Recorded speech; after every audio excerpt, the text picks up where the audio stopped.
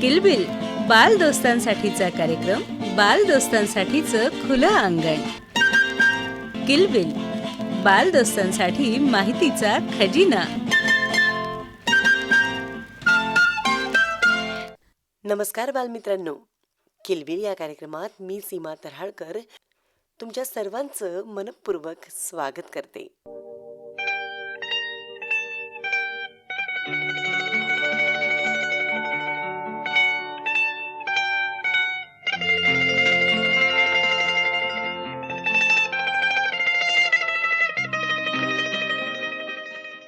बाळांनो, सांगाल का, जर आपल्या आजूबाजूला झाडं नसती, पक्षी नसते, फुलं नसती, तर काय झालं असतं? आपल्याला श्वास घ्यायला हवा कुठून मिळाली असती? म्हणूनच आज आपण बोलणार आहोत पर्यावरण संवर्धन याविषयी. हिरवीगार झाडं, चिवचिवणारे पक्षी, स्वच्छ हवा, निळं आकाश, हे सगळं टिकवायचं असेल ना बाळांनो, तर आपल्याला पर्यावरणाची काळजी घ्यायलाच हवी. पर्यावरण संवर्धन याविषयी अधिक जाणून घेऊयात या आपल्या बालमित्रांकडनं. आजच्या या कार्यक्रमाचं निवेदन केलं आहे अश्विनी कुलकर्णी यांनी. निर्मिती सहाय्य सीमा तऱ्हाळकर, तांत्रिक सहाय्य पांडुरंग टिकार यांचं. तर या कार्यक्रमाचे सादर करते आहेत सूरज गोळे. प्रिय श्रोते हो, नमस्कार. वसुंधरा आपली माता, पर्यावरण आपली समग्र जीवनशक्ती आणि संरक्षण हीच आपली खरी संस्कृती. अशा या पावन विचारातून प्रेरित होऊन पर्यावरण जागृती, संवर्धन आणि पर्यावरणपूरक जीवनशैली या 3 महत्त्वपूर्ण टप्प्यांवर केंद्रित पर्यावरण परिषदेचे हे विशेष उद्दिष्ट जनमानसापर्यंत पोहोचविण्याचा हा अनोखा प्रयत्न अहिल्यादेवी महिला शिक्षण व क्रीडा प्रसारक मंडळद्वारा संचालित ज्ञानदर्पण इंग्लिश स्कूल, अमृत कलश विद्यालय आणि मा रेणुका मराठी प्राथमिक शाळा, त्याचबरोबर विविध शैक्षणिक संस्थांच्या सहकार्याने माझा कचरा माझी जबाबदारी हा उपक्रम राबविण्यात आला. या उपक्रमाचा प्रमुख उद्देश विद्यार्थ्यांमध्ये स्वच्छतेची जाणीव निर्माण करणे तसेच घरोघरी स्वच्छतेचा संदेश पोहोचविणे हा होता.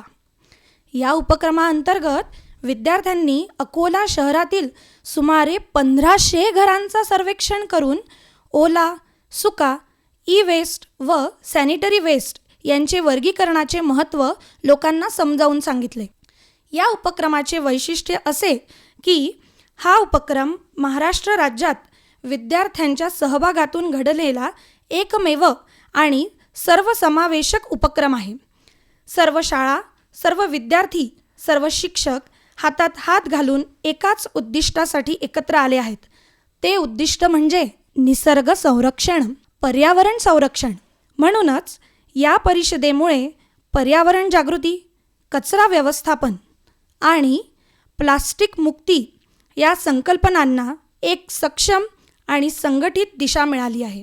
या संयुक्त प्रयत्नांचे यश हे प्रत्येक शाळेच्या, प्रत्येक विद्यार्थ्यांच्या आणि पर्यावरणप्रेमी नागरिकांच्या जाणीवपूर्वक दिलेल्या योगदानांचे फलित आहे. यानंतर मी आपल्यासमोर खंडेलवाल ज्ञान मंदिर स्कूलच्या विद्यार्थ्यांना आमंत्रित करते की त्यांनी 1 मार्च 2025 रोजी नियोजन भवन अकोला येथे झालेल्या पर्यावरण परिषदेत जे ठराव मांडले ते आता आपल्यासमोर प्रस्तुत करणार आहेत.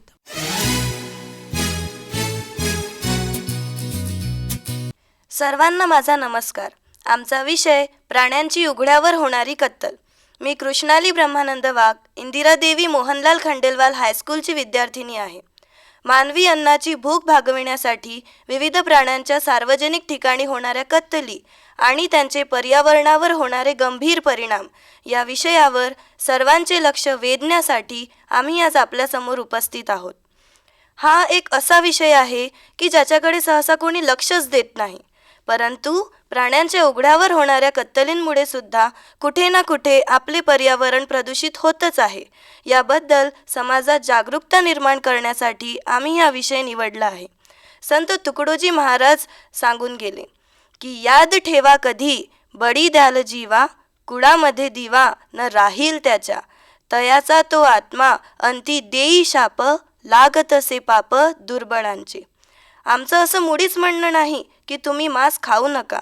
तुम्ही खा, पण त्यामुळे तुम्हाला आणि पर्यावरणाला काही हानी होणार नाही याची काळजी घ्या. यापुढील माहितीवर माझे सहकारी आदित्य पानझाडे आणि अक्षदा राठोड प्रकाश पाडतील. प्राण्यांची कत्तल करणारे कुठल्याही प्रकारच्या स्वच्छतेचे पालन न करता उघड्यावर प्राण्यांची मारहाण करतात. त्यामुळे होणाऱ्या दुष्परिणामांना लक्षात घेतल्यानंतर एवढं तर आता ठाऊक आहे की यामुळे पर्यावरणाचा कुठल्या पातळीपर्यंत ऱ्हास होतो. ऱ्हास केवळ पर्यावरणाचाच नाही तर मानवी आरोग्याचाही. या विषयाच्या वास्तविक गांभीर्याला समजण्याकरिता हॉस्पिटल आणि सिंधी कॅम्पसारख्या ठिकाणांवर प्रत्यक्षपणे भेट दिल्यावर तिथे असणारा बेजबाबदारपणा सहजपणे लक्षात येतो आणि यामुळे होणाऱ्या प्रदूषणाबद्दल आणि आजाराबद्दल वेगळ्या काही अभ्यासाची गरजही पडत नाही. कारण प्राण्यांची कत्तल केल्यावर जमिनीत, पाण्यात त्यांचे रक्त आणि हवेत दुर्गंध पसरला जात होता आणि त्यांच्यासोबत संवाद साधण्याचा प्रयत्न केला तर त्यांनी स्पष्टपणे आम्हाला नकारही दिला. प्राण्यांची मारहाण करणे हे सर्वप्रथम तर खूप वाईट आणि अन्नसाखळीचा ऱ्हास करणारा कार्य आहे. असे असले तरी आपण यावर पूर्णपणे बंदी आणू शकत नाही. पण आपल्या या 2 डोळ्यांसमोर या निष्पाप अशा प्राण्यांची उघड्यामध्ये कत्तल होताना पाहून खरं तर कोणाच्याही हृदयाचा थरकाप होतो. यावर उपाय म्हणजे एक सस्टेनेबल मीट प्रोसेसिंग झोन. आम्ही शासनास अशी विनंती करतो की त्यांनी ज्याप्रमाणे आपल्या शहरात भाजी विकण्या व खरेदी करण्याकरिता एक भाजी मार्केट असतो, त्याचप्रमाणे निवासी परिसराच्या बाहेर एका अशा ठिकाणाची व्यवस्था करावी जिथे या प्राण्यांपासून बाहेर पडणाऱ्या रक्ताची, त्यांच्या हाडामासांची व्यवस्थितपणे एका आउटलेटद्वारे बायोगॅससारख्या प्लांटमध्ये विल्हेवाट लावल्या जाणार, जिथे प्राण्यांना ठेवण्याची, कापण्याची, मांस पॅक करण्याची आणि विकण्याची पूर्णपणे वेगवेगळी व्यवस्था असणार. आणि यामुळे विकत घेताना हा दृश्य ग्राहकांच्या नजरेपासून वंचित असल्यामुळे त्यांच्या मानसिकतेवर कुठलाही परिणाम होणार नाही आणि यामुळे पद्धतशीरपणे सगळं काही मॅनेज केलं जाणार.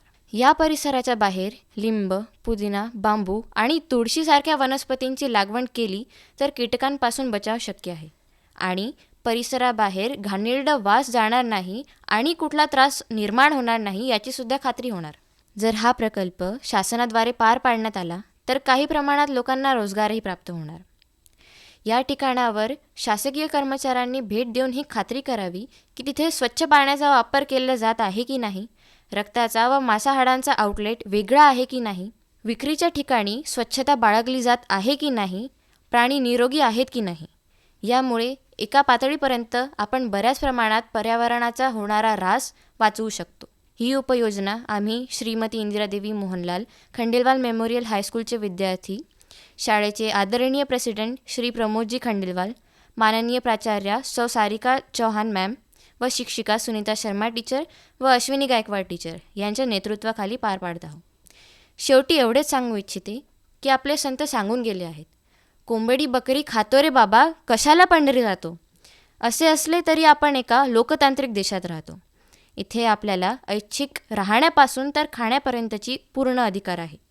पण जर आपल्या कृतींमुळे सामाजिक आरोग्य धोक्यात येत असणार तर ही एक गंभीर बाब आहे. असा विषय ज्यावर कोणी फारसं लक्ष देत नाही त्यावर आम्हाला बोलण्याची संधी देण्याकरिता आम्ही आयोजकांचे खूप खूप आभार मानतो. धन्यवाद. यानंतर आपल्यासमोर मनुताई कन्या शाळेच्या विद्यार्थिनी त्यांनी प्रस्ताव जो सादर केलेला आहे तो आपल्यासमोर सांगणार आहेत. नमस्कार, मी कुमारी काव्य विशाल शिरसाट.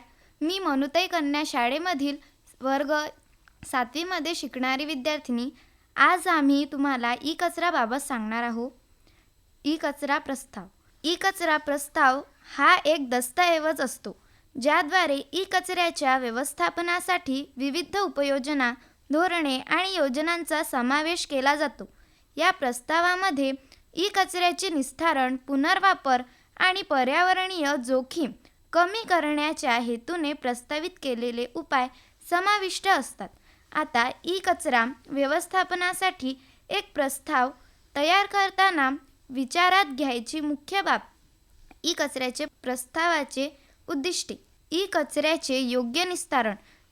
कचऱ्याचे वातावरणावर किंवा मानव आरोग्यावर होणारे दुष्परिणाम कमी करण्यासाठी कचऱ्याचे सुरक्षित आणि वैज्ञानिक पद्धतीने नष्टीकरण करणे, त्याचप्रमाणे पर्यावरणीय जागरूकता निर्माण करणे, नागरिकांमध्ये ई कचऱ्याचे योग्य व्यवस्थापन कसे करावे याबद्दल माहिती आणि जागरूकता निर्माण करणे, त्यानंतर रिसायकलिंग आणि पुनर्वापर, इलेक्ट्रॉनिक कचऱ्यातून पुन्हा वापर लावणारे तंत्रज्ञान वापरून त्याचे संसाधन पुनर्प्राप्त करणे आणि निर्माणकर्त्यांची जबाबदारी, उत्पादक कंपन्यांना त्यांच्या उत्पादित वस्तूंच्या कचऱ्यांच्या निस्तारणाबद्दल अधिक जबाबदारी बनवणे. नमस्कार, माझे नाव डिंपल संतोष झिने. मी तुम्हाला ई कचरा अभियान याविषयी माहिती सांगणार आहे. ई कचरा अभियान म्हणजेच इलेक्ट्रॉनिक वस्तूंचा कचरा, जसे जुने mobile phone, laptop, T V इत्यादी हे उपकरणे न वापरता फेकली जातात, ज्यामुळे पर्यावरणावर आणि मानव आरोग्यावर गंभीर परिणाम होऊ शकतात. ई कचऱ्याचे पुनर्वापर आणि योग्य निस्तारण करण्यासाठी ई कचरा अभियान आवश्यक आहे, जेणेकरून पर्यावरण संरक्षण होईल. इलेक्ट्रॉनिक कचऱ्यात धातू आणि रासायनिक असतात, जे पर्यावरणात जाऊन मृदा, जल आणि हवेची गुणवत्ता खराब करतात. संसाधनाचा पूर्ण वापर होईल. इलेक्ट्रॉनिक कचऱ्यातील काही वस्तू करून पुन्हा उपयोगात आणता येतात, जसे तांबे, सोने, चांदी इत्यादी धातू. मानव आरोग्याची सुरक्षता, कचरा निस्तारण करताना शरीरावर वाईट परिणाम होणाऱ्या रसायनातून बचाव होतो. ई कचरा अभियान लोकांमध्ये जागरूकता निर्माण करते आणि त्यांना योग्य पद्धतीने कचऱ्याचे निस्तारण करण्याचे मार्गदर्शन करते. नमस्कार, माझे नाव ज्ञानेश्वरी माधव झटाले. मी मनताई कन्या शाळा येथील विद्यार्थिनी इयत्ता 10वीमध्ये शिकत असून आज तुमच्यासमोर ई कचरा ठराव मांडणार आहे. ई कचरा ठराव हा एक पर्यावरण संरक्षणाशी संबंधित उपाययोजना आहे, ज्यामध्ये इलेक्ट्रॉनिक कचऱ्याच्या व्यवस्थापनासाठी ठराव किंवा नियम बनवले जातात. यामध्ये हे कचऱ्यांचे योग्य निस्तारण, पुनर्नवीकरण आणि पर्यावरणावर होणारा परिणाम कमी करण्यासाठी कायद्यांची अंमलबजावणी केली जाते. ई कचरा ठरावाचे मुख्य उद्दिष्ट म्हणजे पर्यावरणावर होणाऱ्या नकारात्मक परिणामांपासून बचाव करणे, कचऱ्याचे निस्तारण अधिक सुरक्षित आणि प्रभावी बनवणे आणि समाजात याबद्दल जागरूकता निर्माण करणे. याबद्दल आम्ही आमच्या शाळेमध्ये एक छोटासा उपक्रम राबविला होता. त्यामध्ये आमच्या शाळेच्या शेजारी इलेक्ट्रॉनिक कचऱ्याच्या दुकानामध्ये जाऊन तिथं आम्ही त्यांची भेट घेतली, त्यांच्यासोबत मुलाखत घेतली, त्यांच्यासोबत बोललो, संवाद साधला आणि जो इलेक्ट्रॉनिक कचरा आहे तो ते कुठे टाकतात हे जाणून घेतलं. आपल्या भारतात ज्याप्रमाणे प्लॅस्टिकचा कचरा निर्माण होतो, त्याचप्रमाणे मोठ्या प्रमाणात इलेक्ट्रॉनिक कचरासुद्धा निर्माण होतो. त्यासाठी आम्ही आमच्या शाळेमध्ये एक छोटासा उपक्रम राबविला होता. त्यामध्ये आम्ही इलेक्ट्रॉनिक कचरा संकलन केलं होतं. यामध्ये माझ्या मैत्रिणी काव्या शिरसाट, डिंपल जिने, स्नेहा गुहे, अर्पिता काळे यांचा सहभाग होता. आमच्या शाळेच्या मुख्याध्यापिका ऐश्वर्या धारसकर आणि आमच्या शाळेच्या अध्यक्षा पल्लवीताई कुलकर्णी यांचासुद्धा याच्यात सहभाग होता. इलेक्ट्रॉनिक कचरा संकलन या उपक्रमात आम्हाला आमच्या शाळेच्या संगीता देशमुख आणि संगीता किरीटे टीचर यांचे मोलाचे मार्गदर्शन लाभले, त्याबद्दल धन्यवाद. यानंतर आपल्याबरोबर आहे स्कूल ऑफ स्कॉलर्सचे विद्यार्थी, जे आपल्यासमोर त्यांनी जो प्रस्ताव सादर केला त्याची माहिती देणार आहे. नमस्कार, मी सान्वी अजय भोकरे, इयत्ता 7वी स्कूल ऑफ स्कॉलर कोलखेड अकोला इथली विद्यार्थिनी आहे. आज मी प्लॅस्टर ऑफ पॅरिसच्या मूर्त्या याचा प्रस्ताव सांगणार आहे. प्लॅस्टर ऑफ पॅरिसच्या मूर्त्या आणि इतर गोष्टी जसं की प्लॅस्टिक आणि कचरा यांचा नामशेष करून पर्यावरणपूरक आणि निसर्गपूरक वस्तूंचा वापर करणे हा माझा प्रस्ताव आहे. मी देवश्री संजय काळे, स्कूल ऑफ स्कॉलर्स कोलखेड अकोला या शाळेची विद्यार्थिनी आहे. आज मी तुम्हाला आम्ही हा विषय का निवडला आहे याचे कारणे सांगणार आहे. प्लास्टर ऑफ पॅरिसच्या मूर्त्या तयार करण्यासाठी लागणारा पदार्थ पर्यावरणावर हानिकारक परिणाम करतो. या मूर्त्यांच्या सूक्ष्म कणांमुळे वायू प्रदूषण होते, ज्याचा मानवाच्या आरोग्यावर व पर्यावरणावर वाईट प्रभाव पडतो. दुर्गापूजन, गणेश चतुर्थी अशा इतर सणांना आपण POPने बनवलेल्या मूर्त्यांना नदीत विसर्जित करतो आणि तेव्हा त्या मूर्त्या पाण्यात संपूर्णपणे विघटित होत नाही. त्यांचे अवशेष नदीच्या तरावर पसरतात. याने देवांचा सुद्धा अपमान होतो. हा दृश्य आपल्याला नेहमी बघायला मिळतो. नमस्कार, माझे नाव शताक्षी योगेश लोथे आहे आणि मी स्कूल ऑफ स्कॉलर्स यातील विद्यार्थिनी आहे. आज आपण पाहणार आहोत पर्यावरणीय समस्या. प्लास्टर ऑफ पॅरिसमध्ये वापरण्यात येणारा रासायनिक पदार्थ जलस्रोतांमध्ये मिसळत असल्यामुळे जलप्रदूषण होते. यामुळे नद्या, तळे आणि अन्य जलस्रोतांमध्ये वरच्या पातळीवर हानी होते. प्लास्टर ऑफ पॅरिसच्या मूर्त्या नष्ट करण्याच्या प्रक्रियेद्वारे मोठ्या प्रमाणात माती प्रदूषित होते. प्लास्टर ऑफ पॅरिसच्या मूर्त्या समाविष्ट केलेले रसायन वायूमध्ये धूळ आणि कण निर्माणित करतात. प्लास्टर ऑफ पॅरिसच्या मूर्त्यांमुळे उभ्या असलेल्या पर्यावरणावर दुष्परिणाम होतात. बहुविध रसायन वातावरणात नकारात्मक परिणाम करतात. आपल्याबरोबर आहे स्कूल ऑफ स्कॉलर्सची विद्यार्थिनी कुमारी पूर्वा बगळेकर. अभिमानास्पद गोष्ट अशी की पूर्वाने 5 तासात 51 मातीचे गणपती बनवून इंडिया बुक ऑफ वर्ल्ड रेकॉर्डमध्ये नोंद केली आहे. ते सुद्धा वयाच्या 7व्या वर्षी बरं का. 50,000पेक्षा जास्त मुलांना आणि युवा वर्गास प्रशिक्षण दिल्याने वर्ल्ड बुक ऑफ रेकॉर्डमध्ये जगातील सर्वात कमी वयाची मास्टर ट्रेनर म्हणून पूर्वा बगळेकर हिची नोंद झाली आहे. नमस्कार, मी स्कूल ऑफ स्कॉलर्स इंगना अकोला या शाळेतील विद्यार्थिनी पूर्वा प्रमोद बगडेकर आज तुम्हाला प्लास्टर ऑफ पॅरिसच्या प्रदूषणाचे उपाय सांगणार आहे. आता जसे की तुम्ही माझ्या मैत्रिणींचे ऐकले की प्लास्टर ऑफ पॅरिसने किती प्रदूषण होते, हे सगळं थांबवण्यासाठी आपण ट्री गणेशा ही संकल्पना वापरू शकतो. ही संकल्पना मी स्वतः राबवलेली आहे. यामध्ये आपण मातीची गणपतीची मूर्ती बनवून त्यावर भारतीय वृक्षांच्या बियांनी सजावट करू. गणपती मातीचा असल्यामुळे तो पाण्यात लवकर विघटित होणार व त्यावर बियांनी सजावट केलेली असल्यामुळे वृक्षारोपणसुद्धा होणार. आपण कार्यशाळा घेऊन लोकांच्या मनात याचा प्रभाव पाडू शकतो, जसे की मी शिकवते. मी आत्तापर्यंत 110 कार्यशाळा घेतलेल्या आहेत. मी 50,000पेक्षा जास्त मुलांना मातीचे गणपती कसे बनवायचे हे शिकवलेले आहे. माझ्या कार्यशाळांचा लोकांवर खूप प्रभाव पडला. यावर्षी अकोल्यात खूप लोकांनी मातीचे गणपती विकत घेतले आणि स्वतःसुद्धा बनविले. या कार्यशाळांसाठी मला विविध शाळा संस्थानांनी खूप मदत केली. तर मला सर्वांना हेच सांगायचे आहे की तुम्ही पण यावर्षीपासून प्लास्टर ऑफ पॅरिसच्या मूर्त्या विकत घेणं बंद करा आणि पर्यावरण वाचवण्यास मदत करा. धन्यवाद. आमच्या शाळेच्या मुख्याध्यापिका मनीषा उंबरकर मॅम आणि अनघा लोथे मॅम आणि जयश्री कुलकर्णी मॅम यांचा आम्हाला खूप मार्गदर्शन भेटला. त्याबद्दल त्यांना खूप खूप धन्यवाद. यानंतर आपल्यासमोर प्रभात किड्स स्कूलचे विद्यार्थी ठराव सादर करणार आहेत. अकोल्याच्या हृदयावर कोरलेली एक सुंदर रेषा म्हणजे आपली मोरणा नदी आज तिची चमक हरवत चालली आहे. तिचं एका नाल्यात रूपांतर होत चाललं आहे. निसर्गाच्या कुशीत वाहणारी ही मोरणा नदी आज प्रदूषणाच्या दावणीला बांधली गेली आहे. पर्यावरण म्हणजे केवळ हवा, पाणी आणि जमीन नाही, तर आपल्या अस्तित्वाचा श्वास आहे, आपली संस्कृती आहे. आणि या श्वासाला वाचवण्यासाठी आणि संस्कृतीला जिवंत ठेवण्यासाठी पर्यावरण परिषदेच्या निमित्ताने मी स्वर्णिमा घुले आणि मी वत्सल देहानकर, प्रभात किड्स स्कूलचे विद्यार्थी आम्ही मोरणेच्या पुनर्जीवनाचा संकल्प केला आहे. नदीच्या काठावर ज्ञानाचे दिवे लावून तर जनजागृतीची मशाल पेटवून आम्ही अकोल्याचे गतवैभव परत आणण्यासाठी सज्ज झालो आहोत. चला तर मग या मोरणा नदीला पुन्हा एकदा मोकळा श्वास घेऊ देऊया. तिच्या खळखळत्या संगीताचा निनाद आपल्या अकोल्याच्या अंगणात पुन्हा होऊ देऊया. मोरणेच्या होत असलेल्या ऱ्हासाची कारणे आम्ही सर्वप्रथम मांडतोय.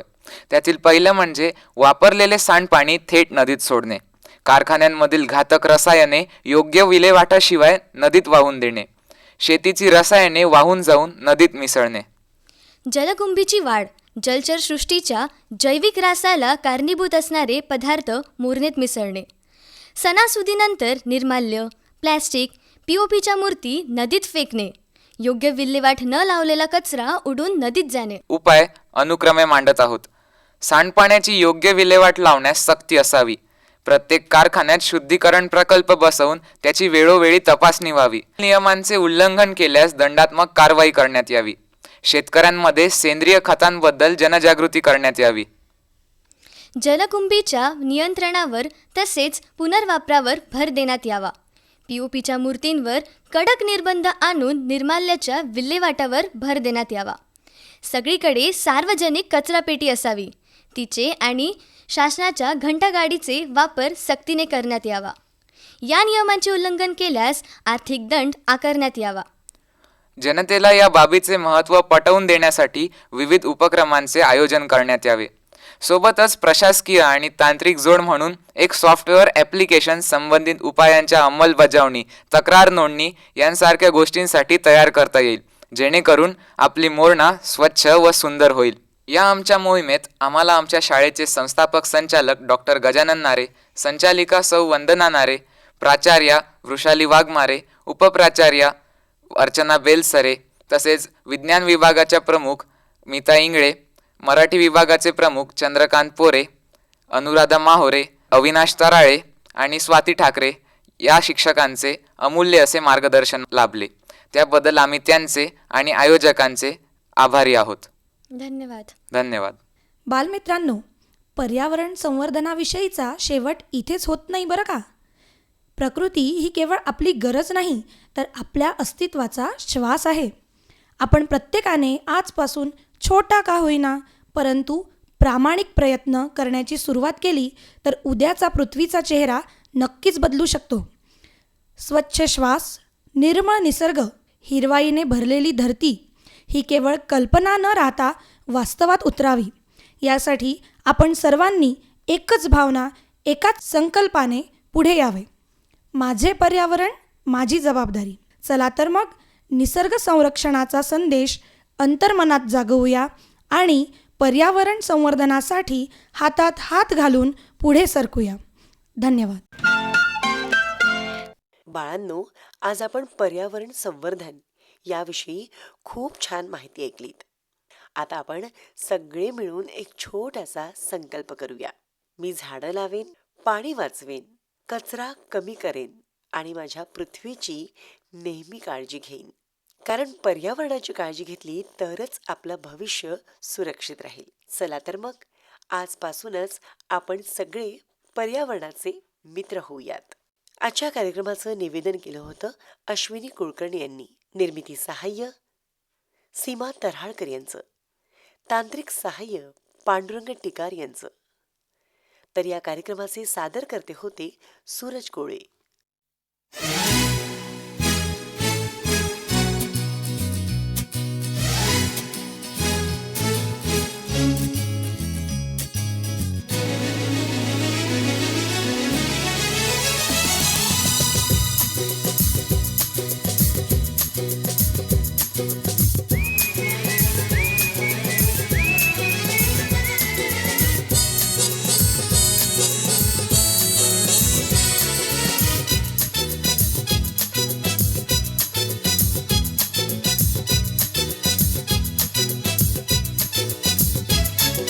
फिरवाने सर्ग हा भवतीने जीवन सफर करा मस्तीने मन सरगम छेडा रे जीवनाचे गीत गारे धुंद भारे.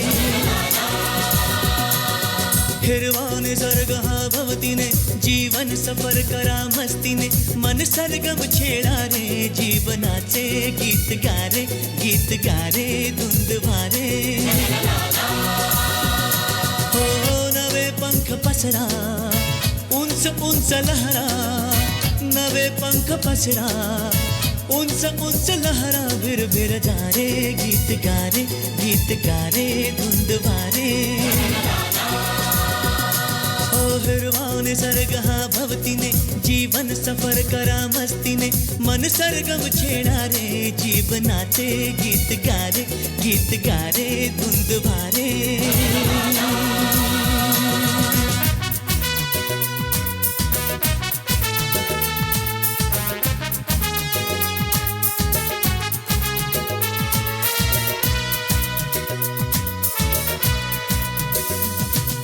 Zoo zoo zoo zoo zoo zoo zoo zoo zoo zoo.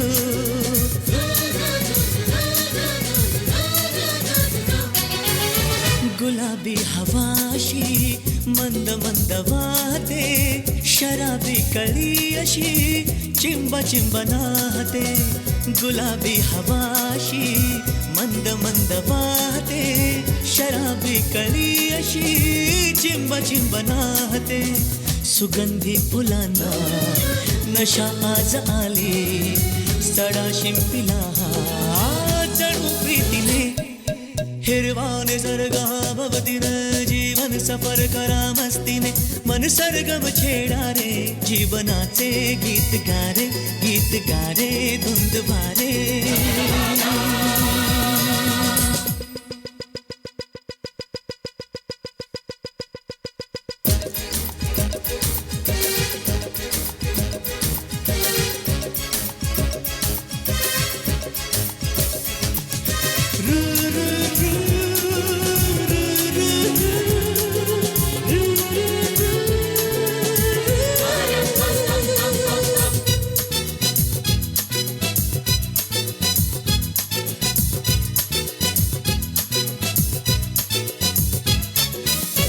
नव्या संगीतातले तराणे नवे असे कुणी सोबती मला मिळाया हवे असे नव्या संगीतातले तराणे नवे असे कुणी सोबती मला मिळाया हवे असे जन्म हे जगावे विश्व हे बघावे एक रूप भावे संग साथीने ओ हिरवा निसर्ग हा भवतीने जीवन सफर करा मस्तीने मन सरगम छेडा रे जीवनाचे गीत गारे धुंद वारे हो हो नवे पंख पसरा उंच उंच लहरा नवे पंख पसरा उंच उंच लहरा विर जा रे गीत गारे धुंद वारे हो हिरवा निसर्ग हा भवतीने जीवन सफर करा मस्तीने मन सरगम छेडा रे जीवनाचे गीत गारे धुंद भारे झू झू झू झू झू झू झू झू झू झू